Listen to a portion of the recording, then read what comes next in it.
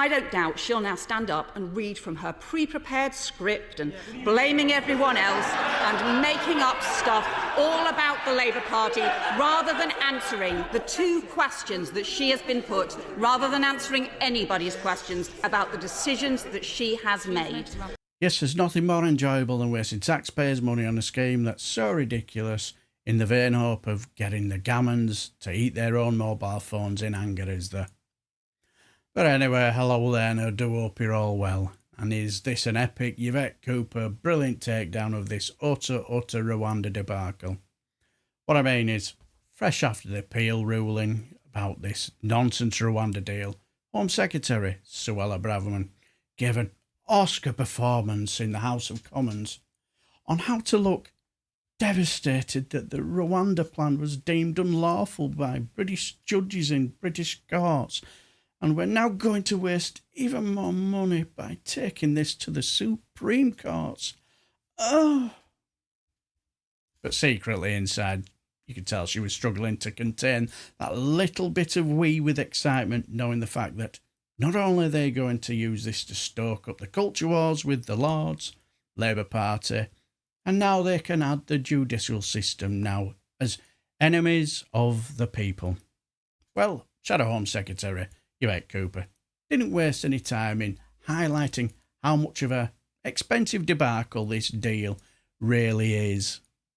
Today's judgment shows that the Prime Minister and the Home Secretary have no plan to fix the Tories' small boats chaos. And their only policy to send everyone to Rwanda is now completely unravelling. Ministers have already admitted it will cost £169,000 to send each person to Rwanda, on top of the £140 million cheques they've already written, with more costs to come. But now the court has found that ministers didn't even do the basic work to make sure that the Rwanda scheme was legal or safe.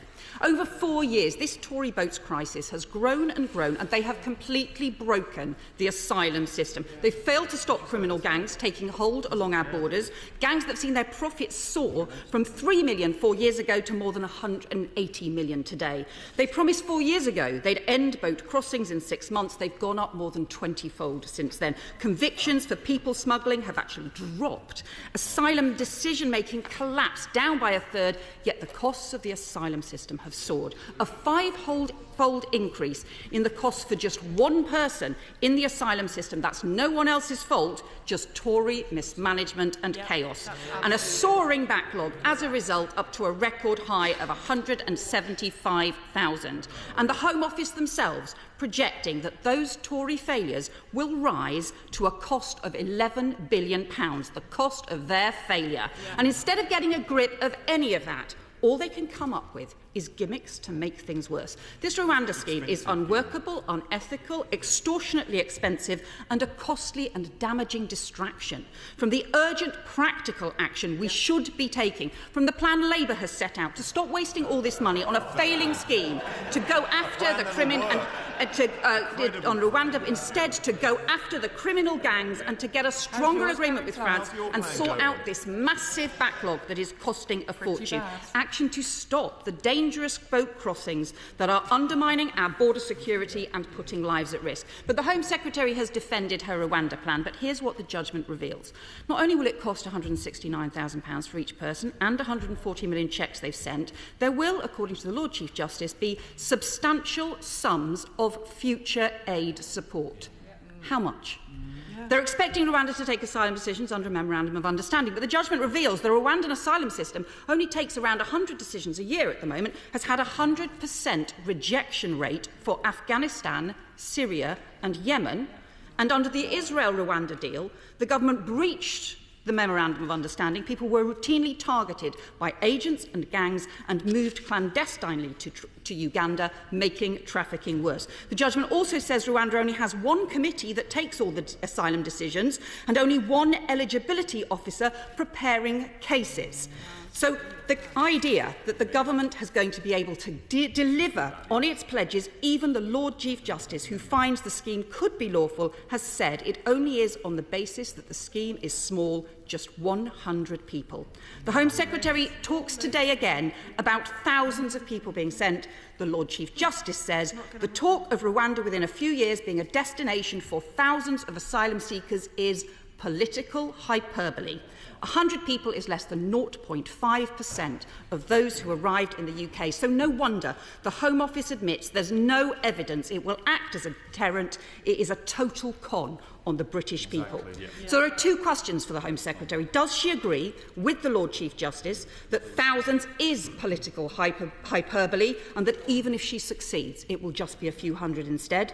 And how long is she going to keep wasting all of this taxpayers' money on a failing policy and wasting everybody's time on this ramping up the rhetoric rather than coming up with a serious plan? Today, this afternoon, the Borders Inspectorate set out a damning indictment of the Tory Home Office and its ability to pursue casework or have accurate data. It says in the Home Office there is no single version of the truth and concludes this is no way to run a government department. But she is running it. This Home Secretary is running this chaos, failing to sort out the boat's chaos, failing to clear the backlog or mend the broken asylum system, failing to get a grip.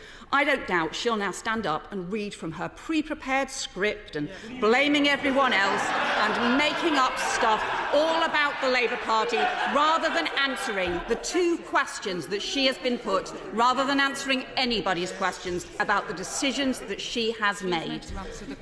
She's in charge. The Tories have been in charge for 13 years. This is their chaos, their Tory chaos, their boat's chaos and their broken asylum system. We don't need more slogans, we need solutions, not more gimmicks. We need a government with a grip. She's clearly not capable of it, so why doesn't she move over and leave way to someone else? I will save you the patronising voice from our horrendous Home Secretary because it was only a beautiful symphony of hyperbole, misinformation and partisan sniping. It's like watching a politician perform an acrobatic routine while juggling the truth and their own ego. But I'll leave a link down below of the statements. Well, that's if you've got the stomach for it. But if you do, let's take a moment to appreciate the Speaker of the House, Lindsay Hoyle, for attempting to rein in the chaos and remind our hapless Home Secretary that the topic at hand is migration, not a petty squabble between political parties. The Prime Minister and I have promised to do whatever it takes to stop the boats. Labour have apparently pledged to do whatever it takes to stop us stopping the boats. Can I just say, gently to the Home Secretary, this is about the statement of the judge about migration. This isn't about the Labour Party. This is about what the government's doing. I don't want to interfere, I don't want to intervene, but we do need to stick to what the statement's meant to be about. Home Secretary. But alas, it seems like the Speaker's intervention was as effective as trying to herd cats, because our hapless Home Secretary continued with their rhetoric and political point scoring. Now, let's get into her statement. Her Leaky Sue deserves a round of applause for her pre-prepared script and very well delivered performance gag. It's almost as if politicians don't have to think on their feet anymore.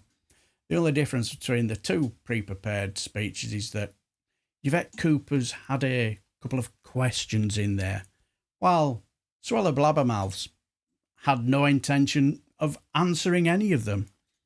Well, let's not dwell on the fact that politicians rely on prepared speeches because, well, thinking's hard, especially for our hapless Home Secretary. The real gem in this statement is the claim that the judgment will be frustrating for the majority of the British people who apparently have insatiable desire for controlled migration, because nothing says controlled like boats full of migrants making treacherous journeys across the sea. It's what every sensible person dreams of when they talk about immigration policy. Well, especially moronic Home Secretary, while trying to get the lunatic fringe party members to vote for her to be their leader. Let's not forget the sly insinuation that anyone who doesn't share the government's obsession with stopping the boats must be in cahoots with people smugglers. Yes, that's right, folks. If you don't toe the government line, you're basically handing out life jackets to criminals. Anyway, it's a brilliant tactic that conveniently voids any meaningful discussion about the complexities of migration and asylum, isn't it? But anyway, don't end there, does it?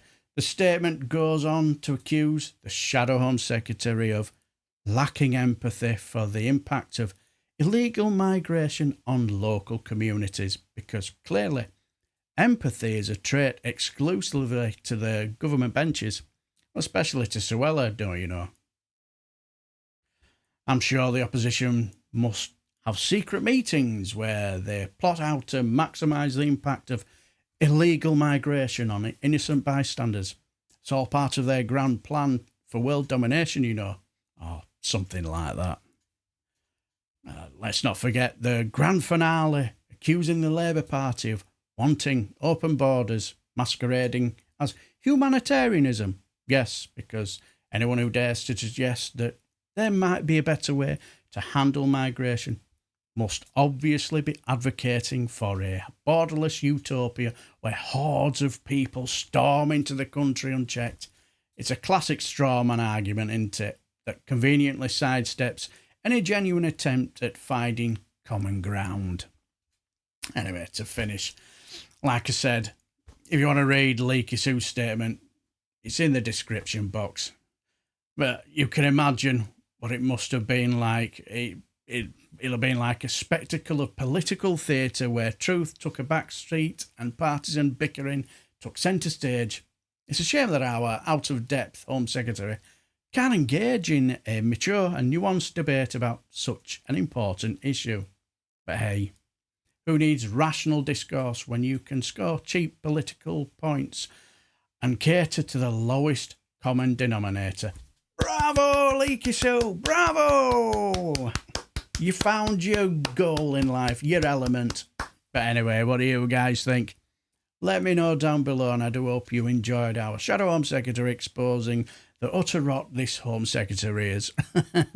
So I shall leave the video here, and I shall bid you farewell and take care, my friends.